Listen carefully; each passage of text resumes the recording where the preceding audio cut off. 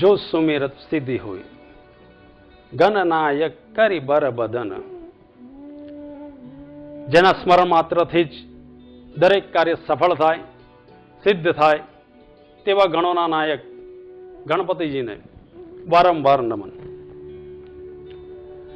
ગર્ભ જ્ઞાન જાગૃતિ અભિયાન અંતર્ગત ગર્ભ સંસ્કારની પુસ્તક જન જન સુધી પહોંચે અને ઉત્તમ સંતાન પ્રાપ્તિ માટે સર્વ ધર્મના લોકોને ઉપયોગી નીવડે તેવી શુભેચ્છા સાથે શુભારંભ. દરેક કાર્ય યોગ્ય મુહૂર્તમાં કરવાથી તેમાં સફળતા મળે છે. તેથી લગ્ન સંસ્કાર પણ આપણે યોગ્ય મુહૂર્તમાં જ કરીએ છીએ. અતિ મહત્વના અને જાણીતા 16 સંસ્કારો છે. તેમાં આપણે લગ્ન સંસ્કારને જ મહત્વ આપીએ છીએ અને ધામધૂમથી કરીએ છીએ. દરેક કાર્ય યોગ્ય મુહૂર્તમાં કરવાથી તેમાં સફળતા મળે છે, એટલે લગ્ન સંસ્કાર આપણે ધામધૂમથી કરીએ છીએ. પણ શું ખરેખર લગ્ન સંસ્કાર આપણે ધામધૂમથી કરીએ છીએ અને સમય સાચવીએ છીએ? થોડાક અનુભવ આપની સમક્ષ રજૂ કરું છું. એક શ્રીમંત પરિવારની લગ્ન કંકોત્રી મારી પાસે આવેલી. તેમાં હસ્ત મેળાપકનો સમય રાત્રિના 2 વાગે લખેલો હતો. દિવસ સારો હતો, શુભ હતો, પણ સમય યોગ્ય નહોતો. સમય અશુભ જેવો થતો હતો. અહીંયા રિસેપ્શન પહેલા હતું અને હસ્ત મેળાપકનો સમય પછી હતો. એટલે મારો બેટો ગોર મહારાજ જોડે થયો અને મેં ગોર મહારાજને પૂછ્યું કે મહારાજ, આ લગ્ન મુહૂર્ત તમે કાઢેલું? મહારાજે કહ્યું હા. મેં કહ્યું રાત્રિના 2 વાગ્યાના ફેરા દિવસ સારો છે, પણ 9મા સુધી લગ્ન સુધી મળતી નથી, એટલે શું આ મુહૂર્ત શુભ ગણાય? ગોર મહારાજે જણાવ્યું કે ભાઈ જો, મેં યજમાનને શુભ મુહૂર્ત જ આપેલું, પણ યજમાનને સમય અનુકૂળ નહોતો અને યજમાને કહ્યું કે મારે તો આ સમયમાં જ લગ્ન કરાવવા છે. અને ભાઈ શુભ મુહૂર્ત કાઢવાના 500 રૂપિયા અને યજમાનના સમયના મુહૂર્ત કાઢવાના 5000 રૂપિયા. ગોર મહારાજે સામો મને પ્રશ્ન કર્યો, કયો ધંધો કરાય, 500નો કે 5000નો? મેં કહ્યું ભાઈ ધંધો 5000નો કરાય, પણ આપણે સામે નવોડાની જિંદગી પણ જોવી પડે, ખરાબ ના થાય, બરબાદ ના થાય, આપણે એનો પણ વિચાર કરવો જોઈએ. ગોર મહારાજે કહ્યું કે ભાઈ જો, યજમાને નક્કી જ કરી લીધું હોય કે મારે આ તારીખે, આ સમય, આ વારે લગ્ન કરાવવા છે, તો હું નહીં તો બીજો કોઈ લગ્ન કરાવી આપશે. એટલે અમારે યજમાનનું માન રાખવું પડે. કહેવાનો તાત્પર્ય અહીંયા યજમાનની ભૂલ કાઢી, યજમાનને ખ્યાલ ના હોય. બીજો એક અનુભવ થયો. મારા સંબંધીની લગ્ન કંકોત્રી આવી. તેમાં લગ્ન સંસ્કાર હસ્તમેળાપકનો સમય લખેલો હતો રાત્રિના 11 થી 1, ગૌધુલિક, ગોરજ લગ્ન જેને આપણે કહીએ છીએ. હવે ગૌધુલિક એટલે શું હું તમને સમજાવું. સૂર્ય આથમે એની પહેલાની 6 મિનિટ અને આથમ્યા પછીની 6 મિનિટ, આ 12 મિનિટને ગોરજ લગ્ન કહેવાય. એટલે અહીં પણ રિસેપ્શન પહેલા હતું અને હસ્ત મેળાપકનો સમય પછી હતો. અહીંયા પણ મારો મેળાપક મહારાજ જોડે થયો. મહારાજને પૂછ્યું, મેં કીધું મહારાજ, આ રાતના 12 વાગે ગૌધુલિક લગ્ન હોય? મહારાજે કહ્યું ભાઈ ગૌધુલિક લગ્ન રાતના 12 વાગે ના હોય, પણ યજમાને મને કીધું કે ભાઈ મારે સંધ્યા સમય જોઈતો નથી, ગૌધુલિક સંધ્યા સમય જ હોય. યજમાને કીધું કે મારે તો મારા ગામમાં મોભો પડવો જોઈએ, વટ પડવો જોઈએ, રાત્રે આતિશબાજી થવી જોઈએ, મને તો રાતનું જ મુહૂર્ત આપું. એટલે અમારે યજમાનનું માન રાખવું પડે અને રાતનો સમય અમે આપ્યો. અમે યજમાન કે તેમ જ ચાલીએ છીએ. દિવસ સારો છે એટલે યજમાનને અમે રાજી રાખીએ. અહીંયા પણ યજમાનની જ ભૂલો કાઢી. ત્રીજી બાજુ જોવા જાય, ઘણા લોકો એવા છે કે જે મુહૂર્ત સાચવવાની કોશિશ કરે છે, પણ થાય છે એવું કે જાનૈયો નાચવા કૂદવામાંથી ઊંચા આવતા નથી અને મુહૂર્ત સચવાતું નથી. ચોથું જોઈએ, ઘણા લોકો સૂર્ય ગુરુ ચંદ્રની પૂજા કરાવીને મધ્યમ મુહૂર્તને શુભ મુહૂર્ત બનાવે છે. પાંચમું જોઈએ, ઘણા લોકો એવા છે કે જે એક જ મહારાજને પકડી રાખે છે લગ્ન કરાવવા માટે, ગોર મહારાજ એક જ. હવે એને એ શુભ મુહૂર્તમાં બીજા વ્યક્તિને સમય આપેલો હોય તો એ તમને એ ઉત્તમ સમય નહીં આપી શકે, એ બીજો સમય આપવાનો. શું તમે તો આવા કોઈ લગ્ન સંસ્કાર નથી કરાવતા ને? લગ્ન સંસ્કાર એ કોઈ ઢીંગલા ઢીંગલીનો ખેલ નથી કે તમે તમારા અનુકૂળ સમય કરાવીને વર કન્યાની જિંદગી બરબાદ કરો, ખરાબ કરો. લગ્ન સંસ્કાર કરાવવા માટે તમારે સારામાં સારા 10 જ્યોતિષ આચાર્ય પંડિતને પૂછવાનું, અલગ અલગ સારામાં સારું શ્રેષ્ઠમાં શ્રેષ્ઠ મુહૂર્ત લેવાનું અને એ જ સમયે વર કન્યાના હસ્તમેળાપ કરાવવા. તો ભાઈ બંનેની જિંદગી આનંદિત થશે, ખુશમય થશે. નહીંતર ભાઈ જિંદગી પછી, લગ્ન પછી ઘણી જિંદગીમાં સમસ્યાઓ જોવા મળશે. જેવી રીતે લગ્ન સંસ્કાર યોગ્ય મુહૂર્તમાં કરવાથી, શુભ મુહૂર્તમાં કરવાથી આનંદિત જીવન પસાર થાય છે, તેવી જ રીતે સુખી દાંપત્ય જીવનમાં ઉત્તમ સંતાન પ્રાપ્તિ માટે ગર્ભાધાન સંસ્કાર જરૂરી છે. 16 સંસ્કારમાં અતિ મહત્વના 16 સંસ્કારમાં લગ્ન સંસ્કારનો નંબર તો છેલ્લો છે. સૌથી પ્રથમ આવે ગર્ભાધાન સંસ્કાર. અને બહુ જ આશ્ચર્યની વાત છે કે તેના વિશે લોકોને ખ્યાલ જ નથી કે આ પણ કોઈ સંસ્કાર હોય છે. આજે આપણે આ સંસ્કારની જ વાત કરવાની છે, ગર્ભાધાન સંસ્કારની જ વાત કરવાની છે. ગર્ભ સંસ્કારથી ફાયદો શું? ગર્ભમાં બાળક પર એની કેવી અસર પડે છે? શું ગર્ભમાં બાળક શિક્ષા લે છે? ઉત્તમ સંતાન પ્રાપ્તિ માટેના ઉપાય શું? આ તમામ વિશે આજે આપણે ચર્ચા કરવાની છે. પણ તેની પહેલા તમે બધા લોકો સાંભળીને થાકી ગયા છો, પાકી ગયા છો, કંટાળી ગયા છો એવા મહાન ધાર્મિક ગ્રંથ રામાયણ, મહાભારત, ભગવત પુરાણની કથા મારે ટૂંકમાં કહીને તેમનો આશય સમજાવવો છે. અતિ પ્રાચીન ગ્રંથ રામાયણમાં રાજા દશરથને 3 રાણીઓ હોય છે, કૌશલ્ય, સુમિત્રા અને કૈકેયી. આ 3 રાણીઓ રાજમહેલમાં અતિ સુખી રહે છે અને સગી બહેનો કરતા પણ સારી રીતે રહે છે. એક સમય રાજા દશરથને વિચાર આવે છે કે મારા પછી આ રાજપાટ સંભાળી શકે તેવા ઉત્તમ સંતાન થાય, તેની માટે વશિષ્ઠ ઋષિને બોલાવવામાં આવે છે. વશિષ્ઠ ઋષિ દશરથ રાજાને પુત્રષ્ટિ યજ્ઞ કરાવવાની સલાહ આપે છે. દશરથ રાજા ખૂબ જ આનંદ સાથે અને તેમની 3 પત્નીઓ ખૂબ જ આનંદ સાથે, હર્ષોલ્લાસ સાથે, કોઈ પણ જાતના રાગ દ્વેષ વગર, લોભ લાલચ વગર શુભ ચિત્ત મને પુત્રષ્ટિ યજ્ઞ કરાવે છે અને ફળ સ્વરૂપે તેમને 4 પુત્રો થાય છે. કૌશલ્યાને કુખેથી શ્રી રામ, સુમિત્રાને કુખેથી લક્ષ્મણજી, શત્રુઘ્નજી અને કૈકેયીની કુખેથી ભરતજી. 4 પુત્રો મોટા થાય છે, યુવા થાય છે, લગ્ન થાય છે. ત્યારબાદ અયોધ્યા રાજ્યમાં સૌથી મોટા પુત્ર રામને રાજા ઘોષિત કરવામાં આવે છે. આ વાતની જાણ મંથરાને પડે છે. રાજા રામ બનશે તો આપના સંતાનને રાજપાટ નહીં મળે. મંથરાની ચડમણીથી એ વરદાન માંગે છે. એ 2 વરદાનમાં તેમાં પ્રથમ શ્રી રામને 14 વર્ષનો વનવાસ અને બીજું વરદાન ભરતજીને અયોધ્યાનો રાજા. આ વાતની જાણ રામજીને થાય છે. રામજી વચન નિભાવવા વનમાં ચાલ્યા જાય છે. પુત્રના વિરલ સહન ન થતા રાજા દશરથ પોતાના પ્રાણ ત્યાગે છે. બીજી તરફ નાના મામાને ત્યાં ગયેલ ભરતજીને બોલાવવામાં આવે છે.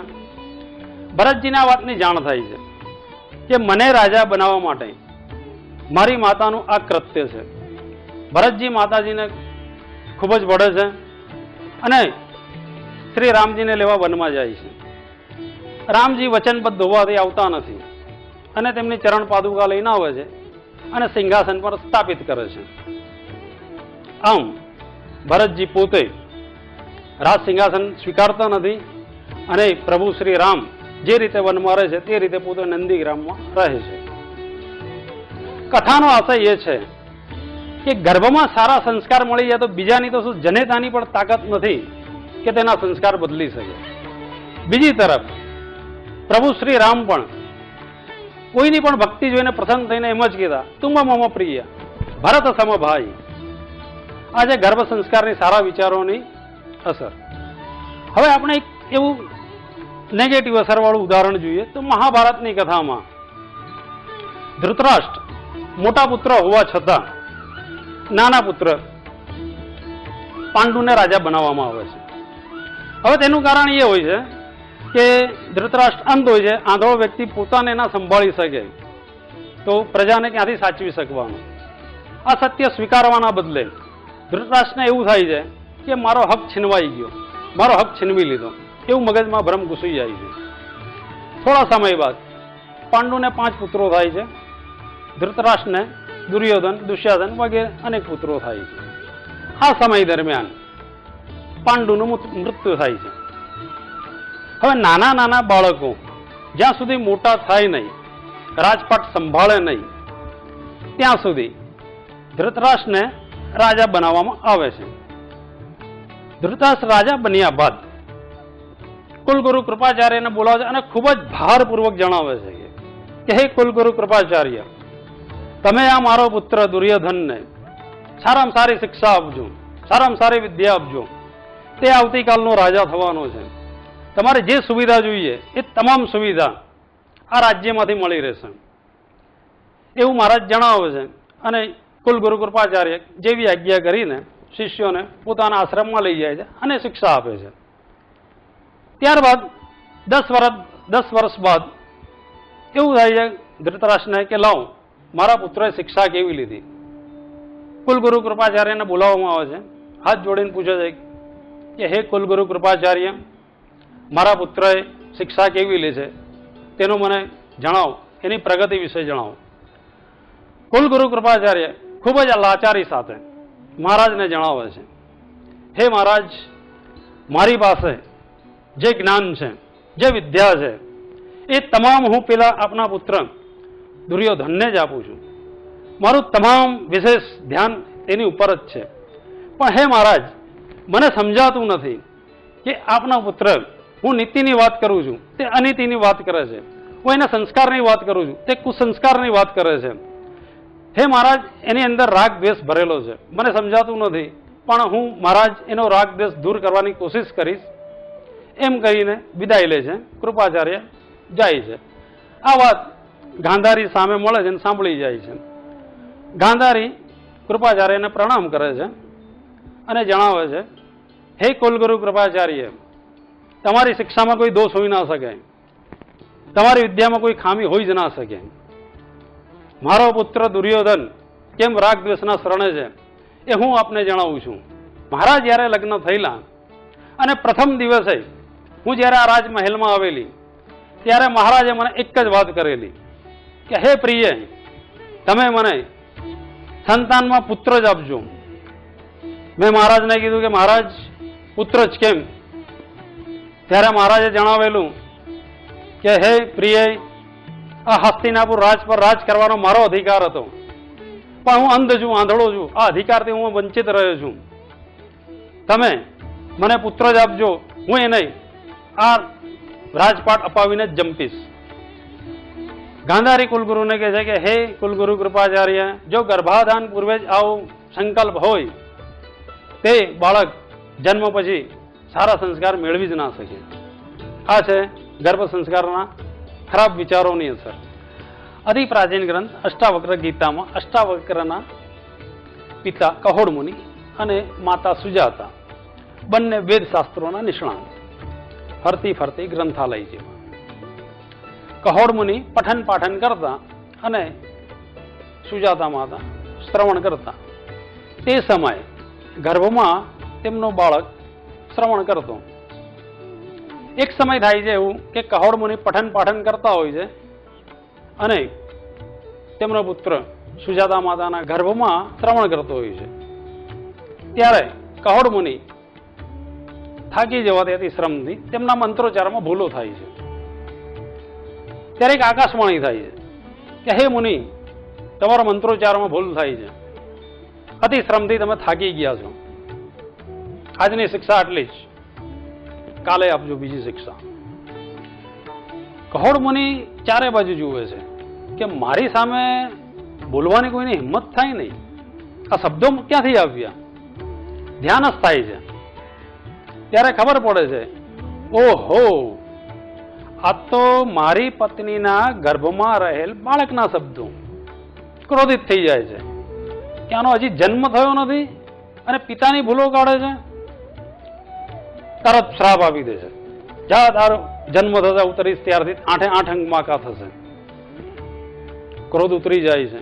કહોડ મુનિને પસ્તાવો થાય છે, પણ હવે શું થાય, શાપ આપી દીધો. ત્યારબાદ બાજુના રાજ્યમાં જનક રાજાએ શાસ્ત્રોક્તની એક સ્પર્ધા રાખી હોય છે, શાસ્ત્રાર્થ યુદ્ધ, કે જે મારા વિદ્વાન પંડિત બંદીને હરાવે તેને મોં માંગ્યું ઇનામ.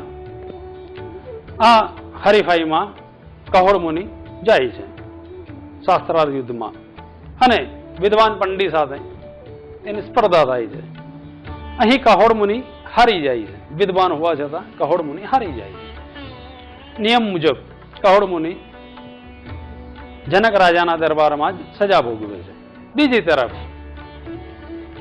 માતા સુજાતા બાળકને જન્મ આપે છે.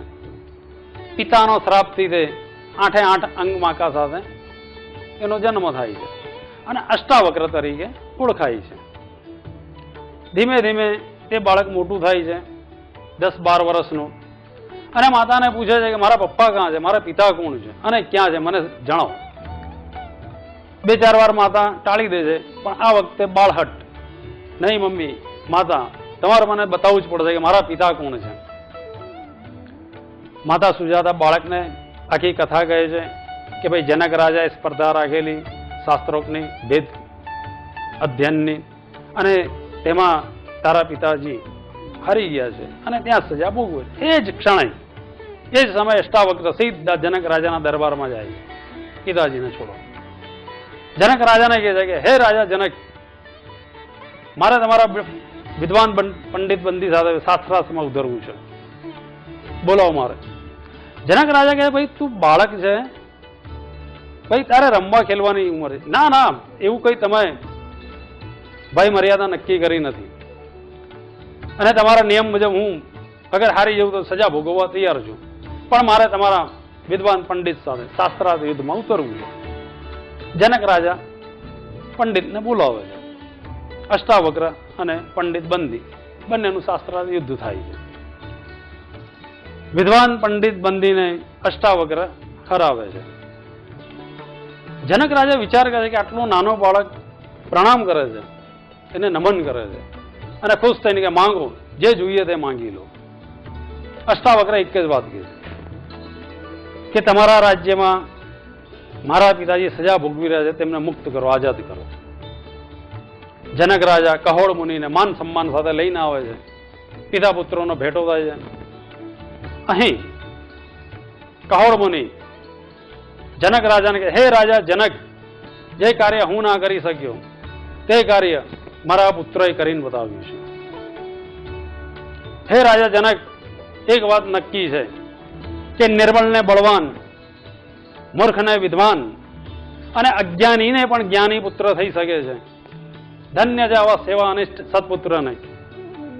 એવું કહીને કહોડ મુનિ પોતાના પુત્રને દઈ જાય છે અને બાજુમાં જ સમંગા નદી હોય છે, પોતાના પુત્રને ત્યાં સ્નાન કરાવે છે અને પોતાના શ્રાપમાંથી મુક્ત કરે છે. આમ અષ્ટાવક્ર જે 8 અંગથી વાંકા હોય છે, સમંગ થાય છે. આ રીતે માતા સુજાતા પાસે જાય છે અને સારી રીતે રહે છે. આજે ગર્ભ સંસ્કારની મહિમા. એવું જ શ્રીમદ ભાગવત પુરાણની આપણે કથા જોઈએ તો હિરણ્યકશિપુ મંદિરાચલ પર્વત પર ઉગ્ર તપસ્યા કરે છે. આ તપસ્યા જોઈને ઇન્દ્ર ભયભીત થઈ જાય છે. એને એવું લાગે છે હવે મારી રાજગાદી ગઈ, મારું રાજ સિંહાસન ગયું. તે તેના રાજ્યમાં જાય છે અને હાહાકાર મચાવે છે અને હિરણ્યકશિપુની પત્ની કયાધુને, જે ગર્ભવતી હોય છે, તેનું અપહરણ કરીને લઈ આવે છે. આ દ્રશ્ય નારદ મુનિ જોઈ જાય છે. નારદ